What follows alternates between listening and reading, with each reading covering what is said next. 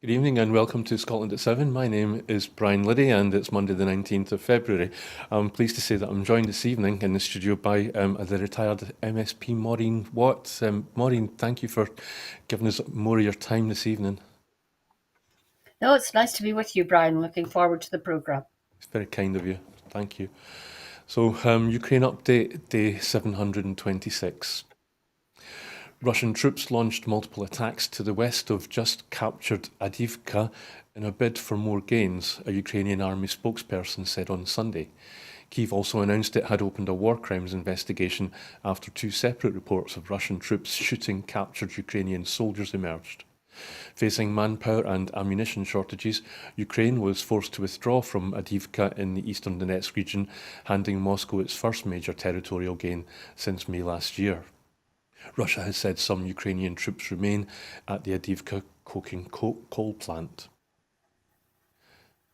Koivi also reported failed Russian attacks near the villages of Robotyne and Verbov in the southern Zaporizhzhia region, one of the areas where Ukraine managed to regain ground during last year's counter-offensive. Denmark has decided to donate all its artillery to Ukraine, the Danish Prime Minister Mette Frederiksen told the 60th Munich Security Conference on Saturday, pointing out that other European countries are also holding munitions they do not immediately need. If you ask Ukrainians, they are asking us for ammunition now, artillery now, he said. From the Danish side, we decided to donate our entire artillery. Forgive me, that should have been she said. Please do not ask Ukraine when the war will end. Ask yourself, why is Putin still able to continue it? Ukraine's President Volodymyr Zelensky said as he addressed delegates at the Munich Security Conference on Saturday. Ukraine's Foreign Minister Dmytro Kuleba said he had discussed the prospects for peace in Kyiv's war against Russia with his Chinese counterpart. China's Foreign Ministry, Wang Yi, has told his Ukrainian counterpart that Beijing does not sell lethal weapons to Russia for its war against Ukraine. China says it is a neutral party in the Ukraine conflict, but has been criticised for refusing to condemn Moscow for its offensive. Events on the battlefield in Ukraine are a matter of life and death for Russia that could determine its fate, Vladimir Putin said in remarks aired on Sunday. More than 100 Kremlin documents obtained by a European intelligence service and reviewed by the Washington Post reportedly show that Russia ran a disinformation campaign to undermine Volodymyr Zelensky. The US publication said Kremlin instructions had resulted in thousands of social media posts and hundreds of fabricated articles that tried to exploit what were then rumoured tensions between Zelensky and his top army commander, Valery Zaluzhny. Poland's Radek Sikorski stressed Poland's support for Ukraine at the third day of the Munich conference, but acknowledged that Warsaw and Kyiv had two problems linked to grain and trucking. Responding to Sikorski on stage, Ola Stefanishishna, Ukraine's deputy prime minister, said, "We have to solve it. There are legitimate messages on both sides. I think that the major contribution in resolving these issues has been done by Ukraine because we secured the Black Sea." EU Foreign Policy Chief Josep Borrell said that the most important security commitment to Ukraine was membership of the EU in comments made at the Munich conference on Sunday. So, Maureen, that was quite a lengthy update today. Was there anything there that you'd want to expand on? Yeah, well, it's obviously disappointing that Russia have made gains around taking Avdiivka and surrounding that. There seems to be a bit of I hope I'm not putting it too strongly, a bit of a crisis of confidence in Ukraine at the moment, saying that they haven't got enough ammunition. Although Denmark's to be lauded in saying that it's going to give Ukraine immediately all of its. Did I read all of its current ammunition? So that is great for us. Artillery. Um, that's great of a country the size of Scotland coming forward. Um, I do get a bit worried though that I'm very frugal and hate waste. But if Ukraine were carrying out military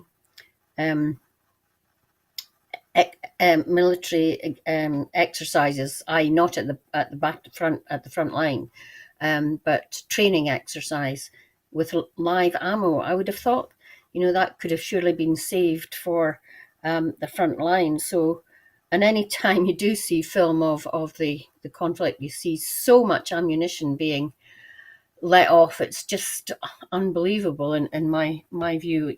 Could it not be more targeted, perhaps? But in any case, it's really down to the US, isn't it, holding up the and the Republicans in Congress holding up the military aid package for Ukraine. That's the problem. But good on Denmark for stepping into the breach. Yes, hopefully they'll set a precedent, and I thought that was an interesting statement that came out of China as well. But time's against us, so I better move on to the latest from Israel and Gaza. The health ministry in Gaza has said the number of Palestinians killed in the territory by Israeli military action since the 7th of October has risen to 29,092, and 69,028 people are reported to have been injured. In the past 24 hours, 107 Palestinians were killed and 145 injured, according to the statement. The Palestine Red Crescent Society has reported multiple bombardments by Israeli forces near the Al-Amal hospital in Han Yunis, which it claims have caused significant damage to the hospital building. EU's chief diplomat Josep Borrell said everyone is afraid Benjamin Netanyahu will give the go-ahead to a military offensive in Rafah in southern Gaza in the coming days, despite mounting international pressure to resist. Ireland's Foreign Minister Michael Martin has said it would be unconscionable if Israel were to go ahead with a bombardment of Rafah. Majid al-Ansari, a spokesperson for Qatar's foreign ministry, has criticised the Israeli Prime Minister Netanyahu's recent comments, calling on Qatar to pressure Hamas to release hostages, saying they are a new attempt to stall and prolong the war for reasons that have become obvious to everyone. The Foreign Minister of the Palestinian Authority has told the International Court of Justice in The Hague that there is a genocide happening in Gaza and that occupation of Palestinian territory by Israel should come to an unconditional end. Netanyahu's office has confirmed Israel will continue to restrict who can worship at the Al-Aqsa Mosque in Jerusalem when Ramadan starts in March. Hamas has described the move as religious warfare. Israel has declared Brazil's President Luiz Inácio Lula da Silva persona non grata over comments he made accusing Israel of carrying out a genocide and comparing their actions to the Holocaust. Israel's Foreign Minister, Israel Katz, said, "We will not forget nor forgive. It is a serious anti-Semitic attack." In its latest operational update, Israel's military has said it continues operations in Han Yunis, claiming to have located AK-47s, drones, an RPG, explosive devices and additional military equipment. The Council of the EU launched a defensive maritime security operation to safeguard freedom of navigation in the Red Sea and Gulf. It said Operation Aspides would ensure an EU naval presence in the area where numerous Houthi attacks have targeted international commercial vessels since October 2023. Maureen, so I'm going to carry on into our next item, if that's okay with you, because it is linked. So, Palestinian Foreign Minister Riyad al-Maliki has demanded an immediate end to Israel's occupation of the Palestinian territories at the start of hearings on the legal status of the disputed land at the United Nations top court. More than 50 states will present arguments before the International Court of Justice, or the ICJ, in The Hague until the 26th of February, after a 2022 request from the UN General Assembly for an advisory or non-binding opinion on the occupation.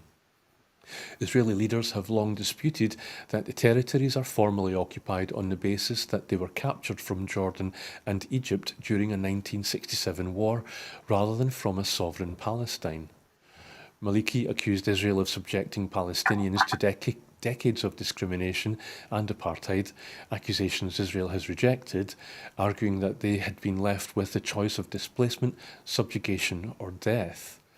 The only solution consistent with international law is for this illegal occupation to come to an immediate, unconditional, and total end, he said. The judges are expected to take several months to deliberate before issuing their opinion.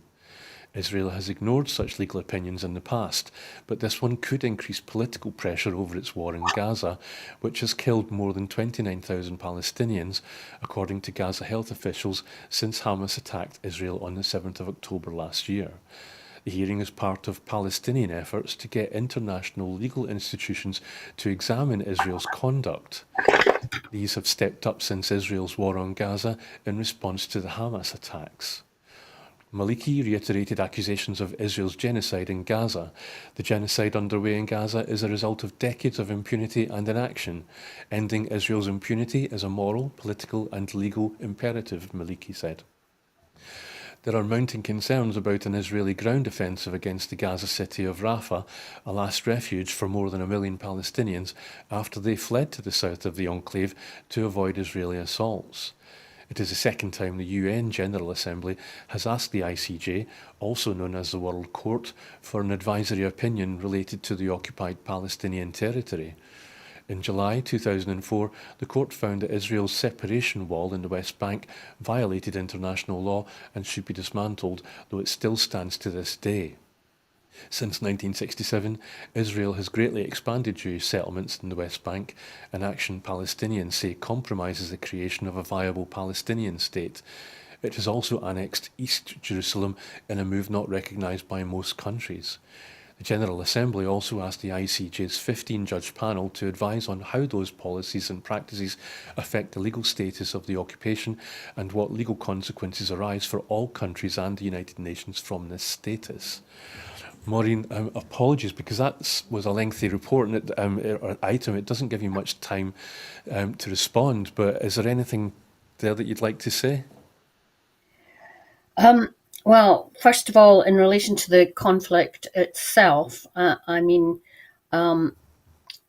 it does look like, doesn't it, that Israel are about to launch an offensive or a bombardment of Rafah, which, having told people to move from the north to the south for safety reasons to Khan Yunis and then Rafah, is just unbelievable, and just confirms my view that Netanyahu wants to totally obliterate Gaza and its citizens.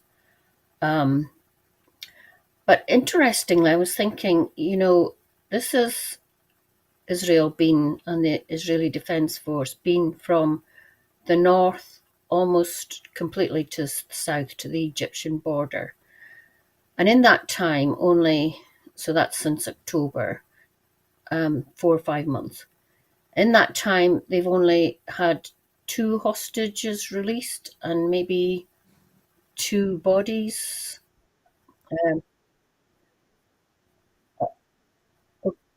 Well, even if it was 20 or 30 released and 2 more recently, what are they going to find them all in Rafah or in the hospital, the last functioning hospital, which is as of today no longer functioning, in Khan Yunis? So where are the hostages, and why have the Israeli Defense Force not found them? So this is just, I think, going to end in the obliteration of Gaza as we know it, and then what? That's my question. And then what? Philip Sands, a Palestinian representative at the ICJ hearing today, damned those countries that support Israel. And he said that the right to self-determination requires that UN member states bring Israel's occupation to an end. No aid, no money, no arms, no complicity, no trade, no nothing. So I'm just wondering, trying to think about whether this is going to make any difference. Do you think it will maybe help Labour MPs work out how to vote this Wednesday for the SNP's motion for an immediate ceasefire on Wednesday? Yeah, well, that's a whole other running story this week, and Labour have got themselves in a real thankful over this, and congratulations to the SNP for, getting them, uh, highlighting how split they are in this. You said earlier that is ignored rulings from the IJC in the past, and it'll be interesting to see what they say in their defence at the court hearing, and then what happens thereafter. But surely it should have some bearing, although we probably won't get the ruling from the court before Wednesday's vote. But hopefully, more Labour MPs are going to question what they're going to do, and I don't know if they have weekly meetings of the Parliamentary Labour Party, but hopefully their meeting will be robust and people making their views clear, because over the weekend, both Keir Starmer in Scotland, who was obviously trying to appease the delegates at their conference after they voted for an immediate ceasefire, just seems to be all over the place and wanting to look at the semantics of it all. But the fact that they clearly lied over saying that they were speaking to the SNP whips when the SNP whip chief whip had not been approached shows their complete lack of credibility. Thanks, Maureen. And of course, Starmer's speech at the conference, Scottish Labour conference at the weekend there, he seems to have moved. So it'll be interesting to see how they do vote and whether he's going to have a three-line whip or give MPs freedom to vote whatever way they want. But as I said, time is still against us. So in a speech in Aberdeen on the future of Scotland's energy sector and the UK general... Sorry, forgive me, I'll start that again. In a speech in Aberdeen on the future of Scotland's energy sector and the UK's general election, the SNP leader today, Humza Yousaf, said that Westminster is undermining the defining economic opportunity of our time. The First Minister was joined by SNP Westminster leader Stephen Flynn MP, the local SNP team and stakeholders at the Terrace Bar and Cafe in His Majesty's Theatre. The First Minister told his audience that the usual Westminster political game playing is fatally undermining Scotland's ambitions in what will be the defining economic opportunity of our time. He said, neither Labour nor the Tories has the backbone, the political will or the political mettle to back Scotland's green future. The SNP does. He went on to say, in Scotland we have the will, we have the energy, all we lack is the power. Mr Yousaf said that remote control of Scottish energy from Westminster has been a complete failure in every sense of the word. The First Minister said a vote for the SNP is a vote to control our energy future, for powers over energy to be in Scotland's hands, not Westminster's. With that power, we will do what Labour and the Tories have failed to do. Make Scotland's energy work for Scotland, not for Westminster. Maureen, I thought it was interesting that in the speech the First Minister try to distance himself or make himself, the SNP, distinct from both Labour and from the Conservative Party. And yet Douglas Ross, after he heard the speech, said the First Minister's speech showed you can barely fit a cigarette paper between Labour and the SNP when it comes to our oil and gas sector. Only the Scottish Tories are standing up for the industry and the jobs it creates. So who's telling the truth here?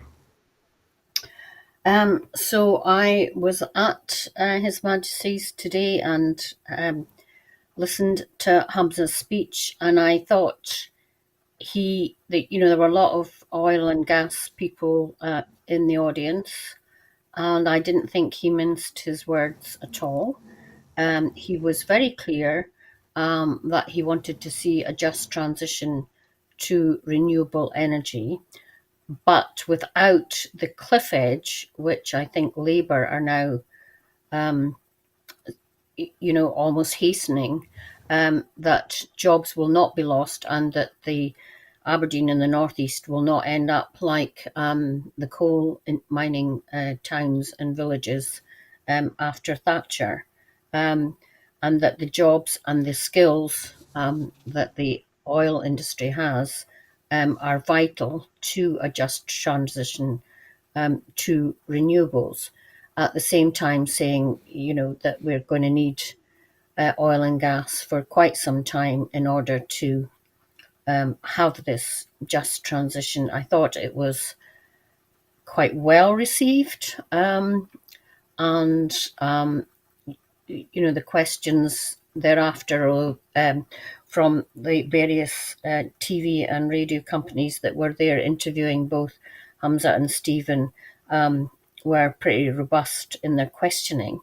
But certainly it has got the wind up. What Labour have said has got the wind up oil and gas companies in the northeast, and particularly their suppliers, to the extent that there's going to be a summit soon by including the oil and gas companies and their suppliers to take this into account. I mean, the oil and gas companies are great at lobbying Westminster governments and very successful over the years at lobbying Westminster governments. And what they most need, because of the very long-term investment that's required for extraction of oil and gas, which I completely and utterly understand, is that they need stability. And if Labour are going to be coming in and putting up the windfall tax, then that is going to severely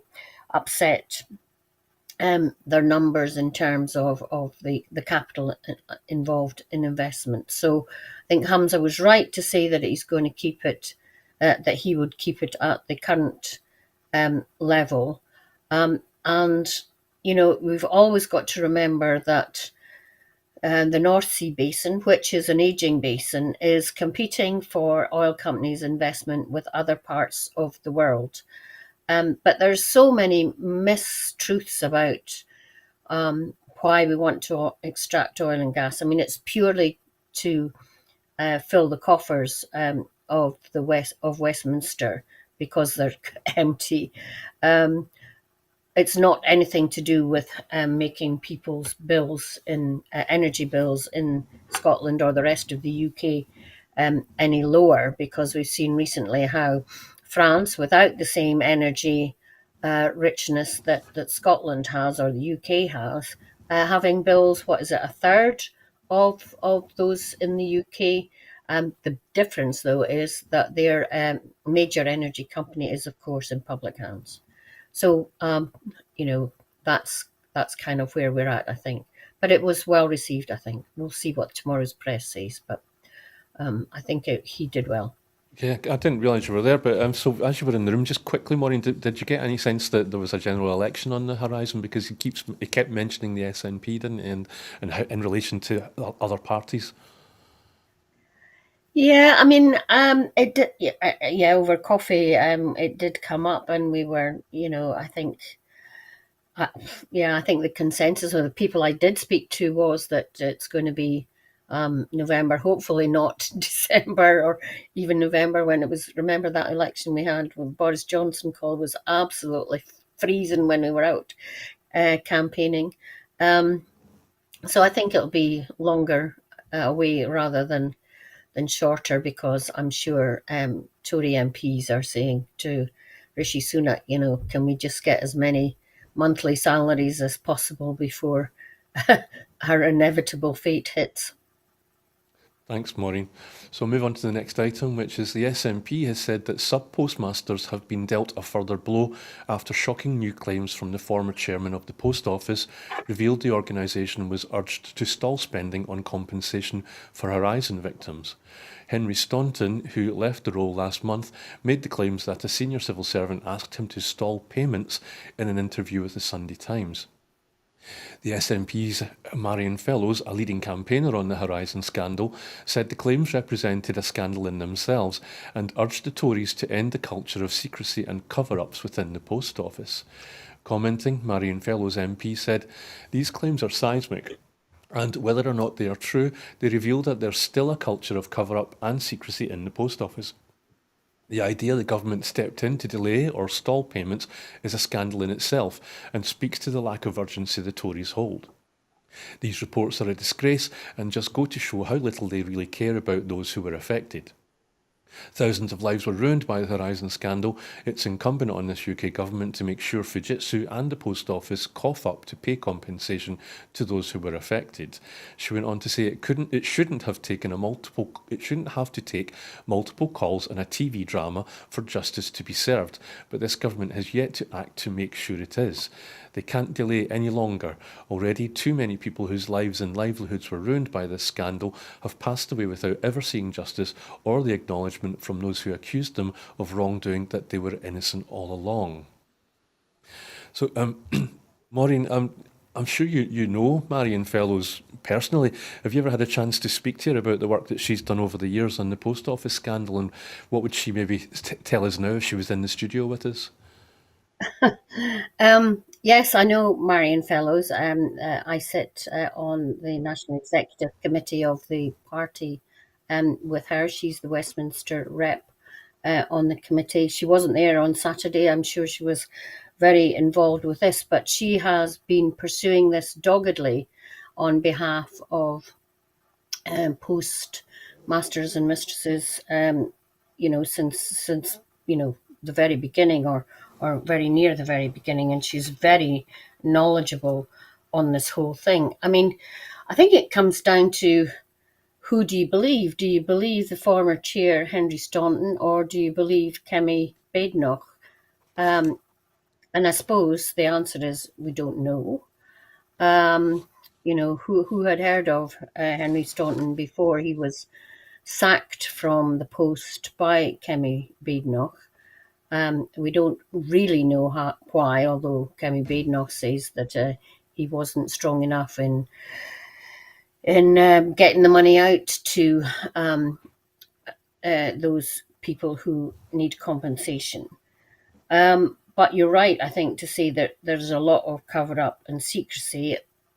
Thankfully, there is a committee in Westminster looking into all this. So hopefully, I'm not sure if they have had Henry Staunton in front of them. I would be surprised if they haven't, but I think they need to get him back. They need to identify the senior civil servant and question him or her under oath. But I'm inclined to believe that Kemi Badenoch, and on behalf of the government, would have said, we don't want to pay out the money now. Although in terms of the overall budget, it must be pittance. And it wouldn't affect their spending plans in any way, I would have thought. But it does sum up the what do I want to say, the secrecy and the way that this government operates to just try and pass the buck to an incoming government, which presumably they realise won't be them. But that's absolutely shocking, as you say, Brian, because more people who are due money have died and may not be there to benefit from the money that they're obviously due. Yeah, Kemi Badenoch, she gave a statement to the House today where she basically just said that Staunton she just accused him outright of lying. Do you think maybe she's just taken a page out of the former or the ex-disgraced Prime Minister's book, which is just stand up in the House and lie and just continue to tell lies and you'll get away with it? Well, even before this episode, she was one that I wouldn't trust to make me a cup of tea. Okay, fair enough. So the next item is Ofcom has launched an investigation into whether a GB News programme where Rishi Sunak took questions from the public breached impartiality rules by failing to include other political views. The broadcast watchdog said it had received 500 complaints about People's Forum, the Prime Minister, which was held in County Durham on the 12th of February, that's Monday last week. An Ofcom spokesperson said, "We are investigating under Rules 5.11 and 5.12 of the Broadcasting Code, which provides additional due impartiality requirements for programmes dealing with matters of major political controversy and major matters relating to current public policy. Specifically, Rules 511 and 512 require that an appropriately wide range of significant views must be included to give due weight in such programmes or in clearly linked and timely programmes. GB News has previously faced complaints on and other Ofcom investigations over its employment of several Conservative MPs as hosts, who have sometimes interviewed Tory colleagues. Last year, Ofcom ruled that the channel breached impartiality rules with a programme in which Esther McVeigh, now a minister, and her husband, the long-standing Tory backbencher Philip Davies, interviewed Jeremy Hunt, the Chancellor, before the spring budget and failed to represent a wide range of significant views. The channel has faced complaints about the airing of conspiracy theories by other hosts. Last week, Ofcom cleared GB News of wrongdoing after Neil Oliver linked coronavirus vaccines to the non-existent condition turbo cancer, saying this was permitted as it was Oliver's personal view. So, Maureen, as item said, this isn't the first time that Ofcom have been investigated, or they've investigated GB News for breaching impartiality rules.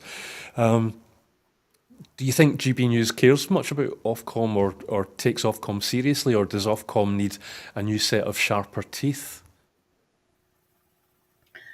Well, as you say, they have been criticised in the past and have ignored it. I mean, the fact that they're being investigated again, it doesn't fill you with confidence that anything's going to happen. I mean, they haven't been hit by major fines that would,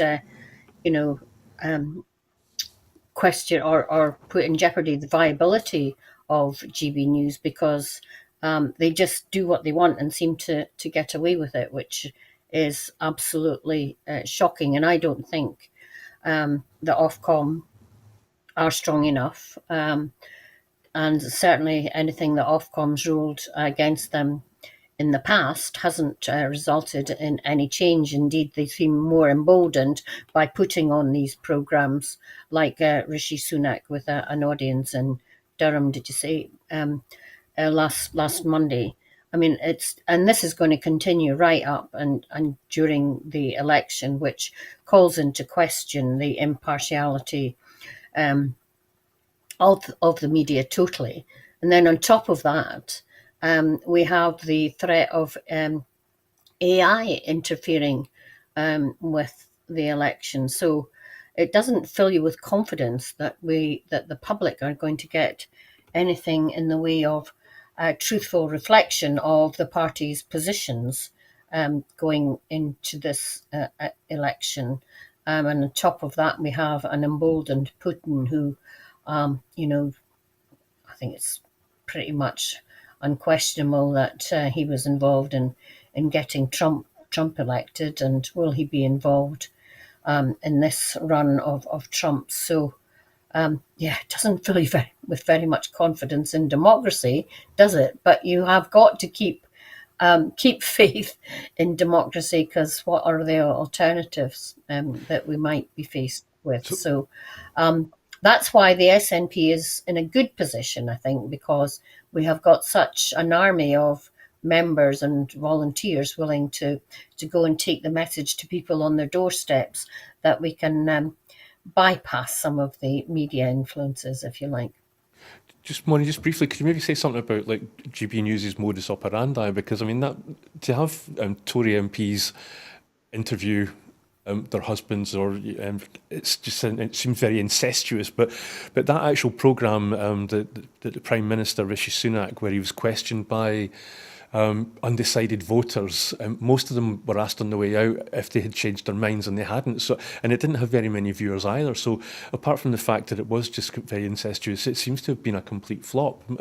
What do you think about GB News's approach to news in general? Well, I'm not a person to ask because I don't watch it. But my husband has had it on, and I've heard it in the background. Um, I'm suppose if you just watching it without any knowledge of politics or anything, then you might be taken in by it, which is a bit worrying. And maybe that is because that is led to the increase in votes for parties like the Reform Party. I mean, I don't. I mean, having Jacob Rees-Mogg as one of your presenters. I mean, for goodness sake! But I've never, as I say, I've never watched any of them, so I'm not the person to ask, really. Okay, But I just wish it wasn't there. okay, thank you. Following the announcement that it would extend the 3-year visas of Ukrainians who escaped the war by another 18 months, the UK government has published changes to immigration rules which came into force today, which include the cancellation of the UK family scheme and banning overseas care workers from bringing dependents to the UK. Responding to the Ukrainian family scheme closing, the SNP's Home Affairs spokesperson, Alison Thewlis MP, said, "The Home Office previously promised to stand shoulder to shoulder with Ukraine, yet as we prepare to mark the 2-year anniversary of Putin's illegal war, it is now trying to slip these crucial measures under the radar." The Home Secretary should have given a statement to the House of Commons to give MPs the opportunity to scrutinise and debate this shocking decision. She went on to say, by closing the Ukrainian family scheme at 3 p.m. today without warning, the Westminster government is once again exposing its nasty draconian nature and showing it isn't aligned with Scotland's values. Beyond the lack of notice of the scheme ending, the UK government has also reduced the length of sanctuary from 36 months to 18 months within the Homes for Ukraine scheme. And grounds for refusing visas, which were rightly waived after the invasion of Ukraine, will now start being applied.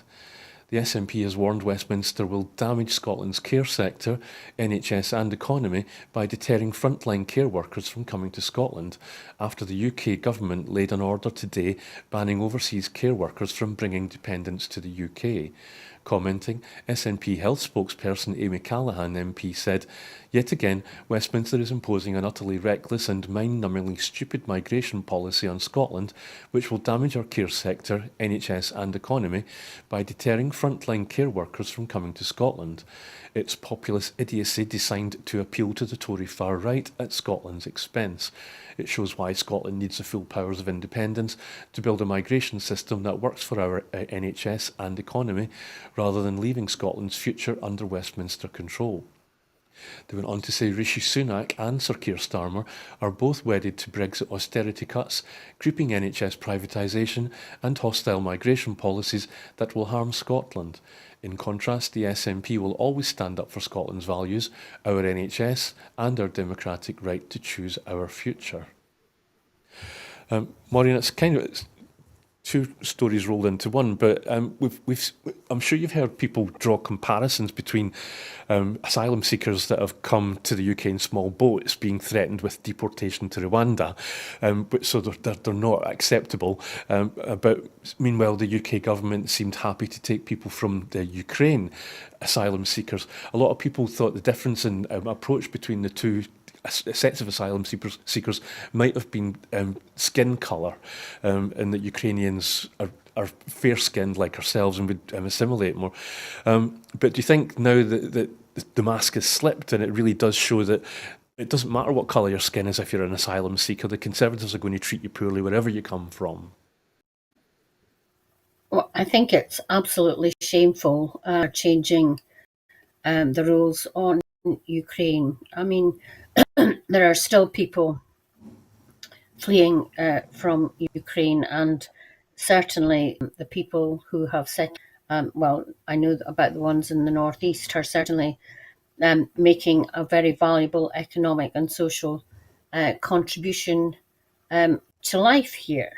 And hopefully it is temporary, that they can go back and enjoy a peaceful life in their own country. But you don't get the impression that that's going to happen any time soon. But Yeah, well, I mean, we've talked on this programme so many times about how Westminster's immigration policy is very detrimental to Scotland. I mean, we had, to be fair, it was the first Labour executive under Jack McConnell who changed the decline that was happening in Scotland's population, and the SNP had managed to keep the pre-Brexit, keep the increase in Scotland's population. And while there may be extra pressures on housing, I don't think there are extra pressures on health because they're usually young, fit people that come. But the economic additional contribution that they make far outweighs any of the problems that we may encounter, which can be overcome. And I don't think the message about that gets heard enough because we are constantly given the UK message about how all immigration is bad. And that is such an overriding priority of this horrible Westminster government currently, that it's difficult for any other views on immigration to get any airtime or space to be viewed. But and then so it therefore is up to the SNP and its representatives to hammer home the need for migration, and people see it themselves, and hopefully, visitors to Scotland from the rest of England see it when places in rural Scotland aren't restaurants and hotels aren't open as best as they could be because of a lack of staff, and it was people from other parts of Europe that were filling these jobs in the main pre-Brexit. So to say that we shouldn't be taking any more Ukrainians when in Scotland we desperately need people to come and work here is just counterproductive. Thank you, Maureen. The world's five largest, the next item is the world's five largest listed oil companies have made profits of more than $250 billion since Russia's invasion of Ukraine led to dramatic increases in energy prices and household bills. The super majors, that's BP, Shell, Chevron, ExxonMobil and Total Energies, have made $281 billion since the war began in February 2022, according to Global Witness. The UK-based pair, BP and Shell, have made a combined $94.2 billion in profit since the conflict began. Global Witness estimates that this is enough to cover all the UK's household electricity bills for 17 consecutive months. Shell, which has made $58.9 billion or £47 billion in profit since the second quarter of 2022, is also in the process of cutting up to 330 roles from its low carbon solutions unit in a renewed focus on high profit oil projects this year. BP, which last year also moved to scale back its climate goals, has made $35 billion or £28 billion in profit since the start of the conflict. The European and US majors, Chevron, ExxonMobil and Total Energies, have made combined profits of more than $187 billion or £148 billion.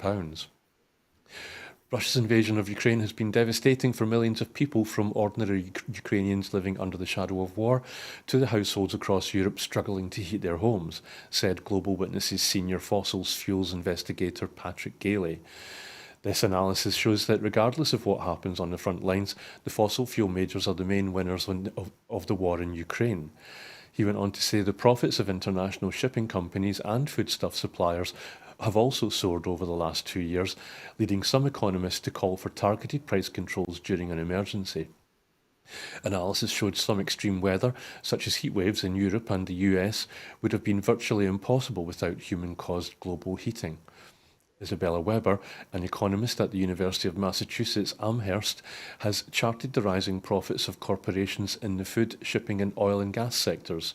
She told members of the European Parliament earlier this month that targeted price controls were needed to prevent firms exploiting a crisis to drive up profit margins and shareholders' dividends at the expense of customers. Maureen, I'm wondering if we could follow the money on this, where would we end up? I'm thinking climate change denying think tanks, who funds them? I'm thinking shareholders, I'm thinking lobbyists, policymakers. Where would that journey take us if we did follow that money, do you think? Whew. Yeah, well, it kind of relates back to um, our piece earlier on oil and gas, doesn't it? And it's difficult because these companies are global and work in so many different countries. It's difficult to find out where they pay tax and where they should pay tax. But you're right, the profits are going to shareholders rather than customers of oil and gas. And that means, well, I suppose it does mean a lot of pension companies, doesn't it? Pension providers in terms of shares, but nevertheless, there are a lot of people getting very rich on the back of this too. And it just highlights for me again the real ill divide of British society under the Tories since 2010, that they have filled the coffers of very rich people and made Britain one of the most unequal countries in the world. And we're seeing all the problems that brings, not just food banks and people living in abject poverty, including fuel poverty, but just making the whole economy now just a complete basket case, because it just doesn't work for the vast majority of people. And we see it in our health service, and the lack of money from government to invest in vital services. And it's just shown how totally bankrupt of ideas, and how the Tories have really bankrupted Britain. And anyone coming in to take over from them is going to have a real job on their hands. And you don't get the impression that Labour have got the skills or the know-how or the will to make the changes that are necessary. Yeah, it seems like another example, if proof, if ever it were needed, that trickle-down economics doesn't exist. It's more like profits are pouring upwards. Um, I would like to ask you more about, you did mention it, the energy companies earlier on, and about they were unhappy at the prospect of Labour's windfall tax, and then the $28 billion that Labour dropped for net zero. And just really quickly, do the big energy companies want to invest in net zero and kind of try and get in on the big bucks that are predicted to come from the green economy?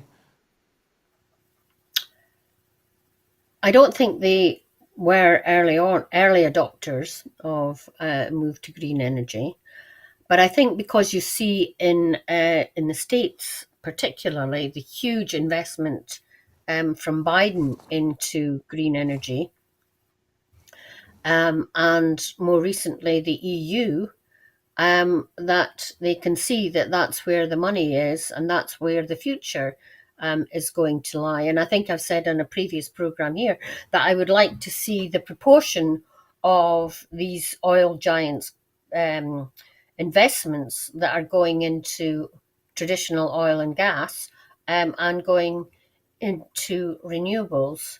And that would be really interesting to see. I don't think the balance is there yet to get to the just transition that we need to, if we're going to meet net zero. Okay, thank you, Maureen. Late night TV host John Oliver has offered to pay Clarence Thomas $1 million annually if the Republican judge resigns from the US Supreme Court, and Oliver also offered to give him a $2 million tour bus, which is outfitted with a king-size bed, a fireplace, and 4 televisions. Oliver made the proposal on Sunday's episode of his show Last Week Tonight, saying the Supreme Court justice had 30 days to accept or it would expire. Oliver said, "So that's the offer, $1 million a year, Clarence, and a brand new condo on wheels, and all you have to do is sign the contract and get the fuck off the Supreme Court," adding, "The clock starts now, 30 days, Clarence, let's do this." The comedian's offer came after a steady drumbeat of media investigations in the previous several months established that Thomas failed to disclose that political benefactors brought him lavish vacation travel and real estate for his mother. Thomas also failed to disclose, as required, that he allowed school fees for a family member to be paid off and had been provided a loan to buy a luxury motor coach, all after openly complaining about the need to raise Supreme Court justices' salaries. As a result, Thomas's impartiality came into question after he sided with the contentious ruling that eliminated federal abortion rights once provided by the Roe versus Wade case. He also recently listened to arguments over whether Donald Trump can be removed from states' ballots in the presidential election after the former president's supporters, whom he told to fight like hell, staged the January 6 attack on the US Capitol in Washington, D.C. Thomas resisted pressure to recuse himself from such matters, even though his wife, Jeannie Thomas, is a conservative political activist who has endorsed false claims from Trump and his supporters that the 2020 election he lost to Joe Biden was stolen from him. Oliver alluded to all of those circumstances as he extended his lucrative offer to Thomas, saying, "Lot on your plate right now, from stripping away women's rights to hearing January the 6th cases, and you deserve a break, away from the meanness of Washington, so you can be surrounded by the regular folks whose lives you made demonstrably worse for decades." The arch conservative is the longest serving member of a Supreme Court dominated 6-3 by right wingers. Thomas has been there since his 1991 confirmation, which was marked by testimony from Anita Hill, who accused him of sexual harassment while he supervised her in 2 separate jobs at the US Department of Education and at the Equal Employment Opportunity Commission. So, Maureen, I don't know if you had a chance to watch the clip online. It really is quite something. I would recommend seeking it out if you haven't seen it before. But tell me, what do you think are the chances that Mr. Thomas is going to accept Mr. Oliver's offer? I think it's probably very slight, the chances that he will accept it. It probably doesn't meet, from the sounds of things, the amount that he's getting corruptly from other sources.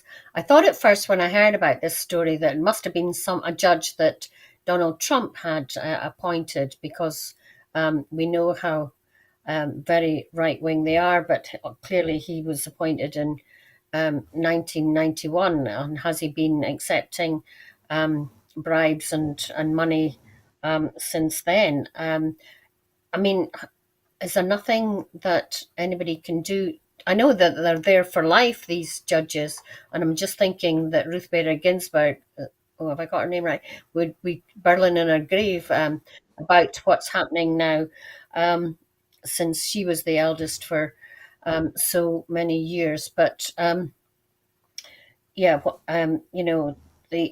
is there no way that they can be removed from these posts if they're clearly shown to be so corrupt? But heck, it doesn't bode well for justice in the United States, does it? And golly, what would happen if Trump, God forbid, Trump gets re-elected and is able to appoint more of his right-wing pals to the court? So yeah, very worrying situation. Surely there must be some way to get rid of them if they're proven to be corrupt. But will he accept the comedian's offer? it's a good way of highlighting the corruption, and I'm sure he must be in a very uncomfortable position, Clarence Thomas, at the moment. Yeah, I was picturing him sitting at home just watching the TV thinking, I think I'll just watch a wee bit of satire, and then there's this. And it's about him, yeah. Yes. And then his phone starts ringing. So I've used up all our contingency, and I'm tempted to go to our final story. I don't know if the people in my colleagues in the control room agree. Yeah. Okay. This next item, while I scroll through the the auto queue, is about people who are currently students but who have gone through Scotland's care system. So higher education students can apply to spread their student financial support package over a 12-month period for the first time this coming academic year. The year-long package of support will be available for eligible undergraduate students from August 2024. The change will ensure that payments of relevant student loans and bursaries can continue through the summer months. This follows a successful 2-year programme which saw care experience students being given the option of 12-month support. Care experience students will continue to receive additional support for their living costs under the Summer Accommodation Grant from summer 2024.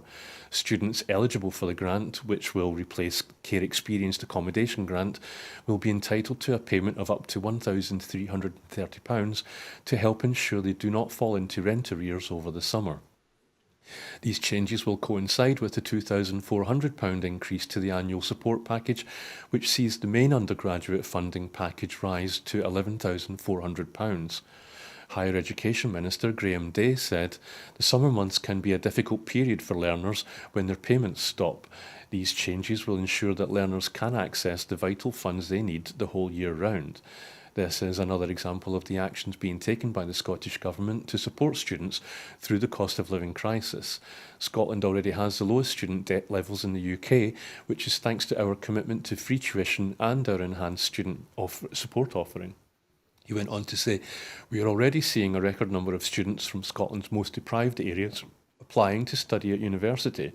The changes made to the student support package will help to further break down barriers and ensure that access to our world-class institution is not denied to anyone, whatever their background." So, Maureen, it's not specifically about people who've gone through care, but I'd like to concentrate on them if that's okay with you. One thing is, that does this show how different the education system, or how different the approach the Scottish Government's approach is to the education system compared to Westminster?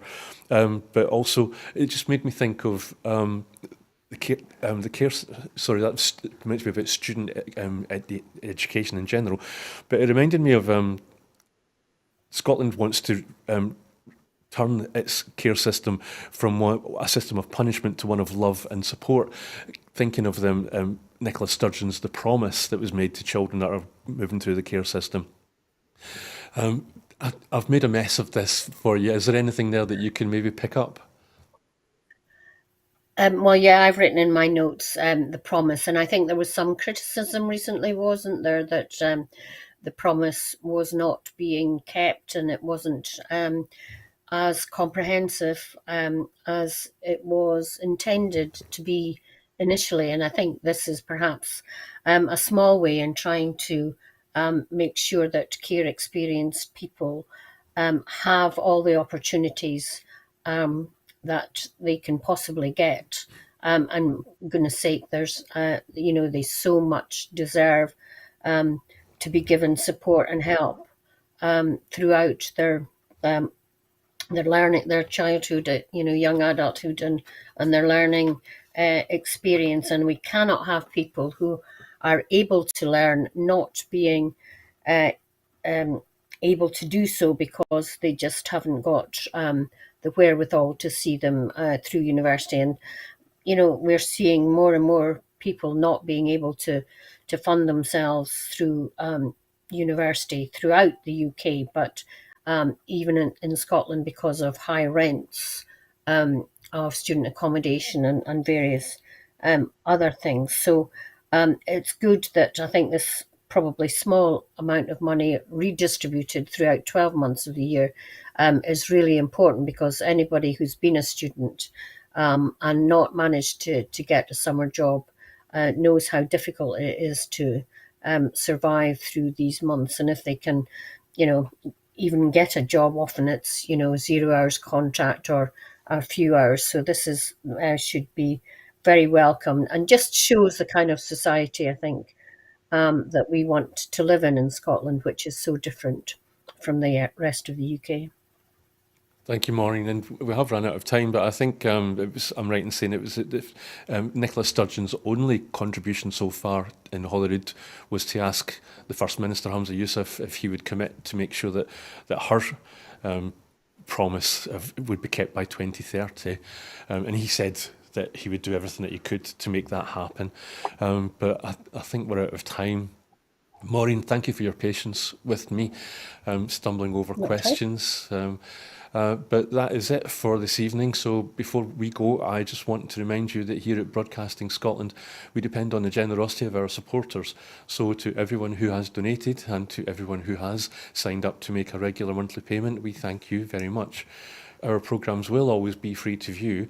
However, if you can afford £5 a month, please do consider becoming a Broadcasting Scotland supporter. We are now just under £1,000 short of our £10,000 target. Although the pressure has been eased, we really need to raise that last amount of money immediately so we can continue to pay our bills and focus on securing the future of independent broadcasting for Scotland and grow our subscriber base and regular funding. But thank you once again to my guest, Maureen Watt, and to you for watching at home. So goodbye and thank you.